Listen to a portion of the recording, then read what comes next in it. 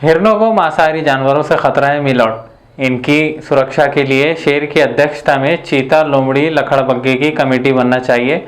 ये मैं नहीं, सोशल मीडिया यूजर्स कह रहे हैं। सुप्रीम कोर्ट ने कृषि कानूनों की वैधता को चुनौती देने वाली याचिकाओं पर सुनवाई करते हुए तीनों कृषि कानूनों पर रोक लगा दी है। सुप्रीम कोर्ट ने किसान संगठनों और सरकार के बीच बने टकराव को दूर करने के लिए विशेषज्ञों की एक समिति का गठन भी करने के आदेश दिए हैं। यानी दूध की रखवाली का ठेका सीधे सीधे बिल्ली को दे दिया है। मुख्य न्यायाधीश ने कहा कि गठित की गई समिति कोई आदेश पारित नहीं करेंगी और ना ही किसी को दंड देंगी, बल्कि वो अपनी रिपोर्ट उच्चतम न्यायालय को प्रस्तुत करेंगी। एक यूजर्स लिखते हैं कि अप्रैल में रिटायर हो रहे हैं जनाब, अपनी राज्यसभा सीट पक्की कर लेंगे। और नीचे लिखते हैं कि रंजन गोगोई की कलम से। कल को अगर सुप्रीम कोर्ट कानून से होड़ हटा ले तब किसान कहाँ जाएंगे? ये सवाल इसलिए क्योंकि हमने जज को राज्यसभा सीट लपकते हुए देखा है। कांग्रेसियों को शर्म आनी चाहिए। 70 साल से सिर्फ सांसद ही चलाते रहे। साहब को देखो 7 साल में सुप्रीम कोर्ट भी चला रहे हैं। आई रिपीट, ऐसा मैं नहीं, यूजर्स कह रहे हैं। खालिस्तानी के विरोध प्रदर्शन में घुसपैठ की बात पर कोर्ट ने अटॉर्नी जनरल के वेणुगोपाल से हलफनामा दाखिल करने को कहा है। 50 दिनों से चल रहे सरकार और किसानों वाले झगड़े में अब सुप्रीम कोर्ट ने रेफरी बनकर विसल बजा दी है कि अब रुक जाओ, कब तक लड़ते रहोगे? कोर्ट पर समाधान के लिए भरोसा करो। सुप्रीम कोर्ट ने 3 कानूनों को लागू होने पर फिलहाल रोक लगा दी है और एक कमेटी बना दी है। आगे चले इससे पहले एक बात समझ ले कि कानून पर रोक और कानून लागू होने पर रोक में फ़र्क होता है। कोर्ट ने जो कहा उसका मतलब यह है कि तीनों कानून पर अस्तित्व बना रहेगा, लेकिन वो अगले आदेश तक लागू नहीं माने जाएंगे। सुप्रीम कोर्ट के इस फैसले की खूब आलोचना हो रही है। जिन प्रदर्शनकारी किसानों के लिए यह फैसला आया वो सवाल उठा रहे हैं, राजनीतिक पार्टियां सवाल उठा रही है, देश के बड़े कानूनविद, बुद्धिजीवी सवाल उठा रहे हैं। देश के लगभग सभी छोटे बड़े अखबारों में आज संपादकीय सुप्रीम कोर्ट के फैसले पर है। एक संपादकीय में लिखा है कि यानी सुप्रीम कोर्ट का फैसला भारत के भविष्य के हिसाब से ठीक नहीं है।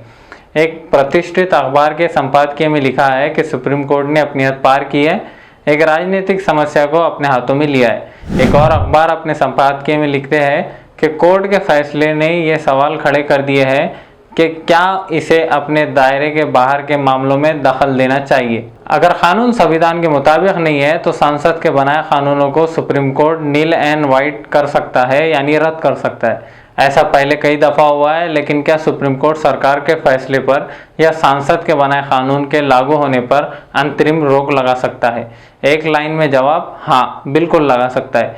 सुप्रीम कोर्ट के पास ऐसे पावर्स है। और ये सवाल जब बहस के दौरान कोर्ट में आया तब भी चीफ जस्टिस ने यह कहा कि ये एग्जीक्यूटिव के किसी भी फैसले पर रोक लगा सकता है। कोर्ट में एक उदाहरण दिया गया मराठा आरक्षण के फैसले का, जिस पर सितंबर 2020 में सुप्रीम कोर्ट ने रोक लगा दी थी। लेकिन अंतरिम रोक भी तभी लगाती है जब कोर्ट को जरा सा भी लगता है कि कानून संविधान संगत नहीं है। और सवाल सुप्रीम कोर्ट के राजनीतिक मामले में दखल को लेकर भी है। पूछा जा रहा है कि एक विवाद के संवैधानिक पहलू के बजाय सुप्रीम कोर्ट ने उसे राजनीतिक पहलू पर पहले दखल क्यों दिया। चलते चलते एक सवाल सरकार से भी। सरकार ने कोर्ट में कहा था कि उसने कानून पर व्यापक चर्चा की थी और जल्दबाजी में यह कानून लागू नहीं किया गया। लेकिन कृषि, सहकारी और किसान कल्याण विभाग में लगाई आरटीआई के जवाब में इस तरह का रिकॉर्ड नहीं मिला। ऐसी बात एक आरटीआई कार्यकर्ता ने इंडिया टुडे को बताई है। सरकार और सांसद के फैसलों पर पहले भी सवाल उठते रहे हैं।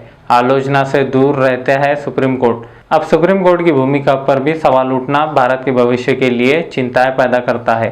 मुद्दे पर वापस लौटते हैं। सरकार ने कोर्ट से कहा, ठीक है आपकी बात मान लेते हैं। किसान कह रहे हैं कि हमें इस सिलाई में दिलचस्पी नहीं है, आपके फॉर्मूले से हमें कोई ज़्यादा फ़ायदा नहीं दिख रहा है, इसलिए हम प्रदर्शन ख़त्म नहीं करेंगे।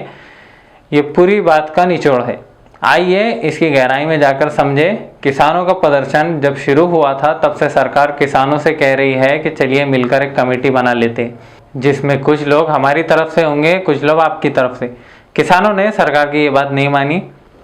अब सुप्रीम कोर्ट ने अपनी तरफ से कमेटी बना दी है और साथ में ये भी कह दिया है कि कमेटी के पास जो नहीं आएगा उसके बारे में ये समझा जाएगा कि वो झगड़ा सुलझाना ही नहीं चाहता।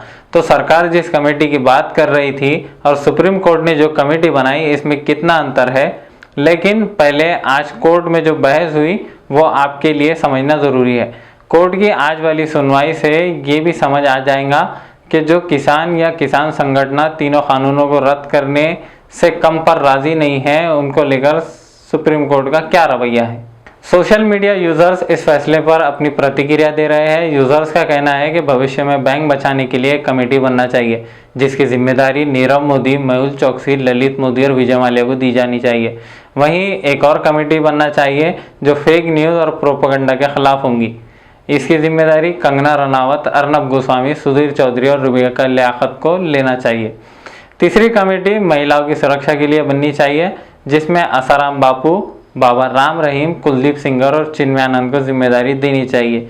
यूज़र्स का कहना है कि सुप्रीम कोर्ट की बनाई गई कमेटी और सरकार की बनाई गई कमेटी में किसी तरह का कोई फ़र्क नहीं है, दोनों भी समान हैं। जो सरकार चाहती थी अब वो सुप्रीम कोर्ट के ज़रिए करा कर लेना चाह रही है।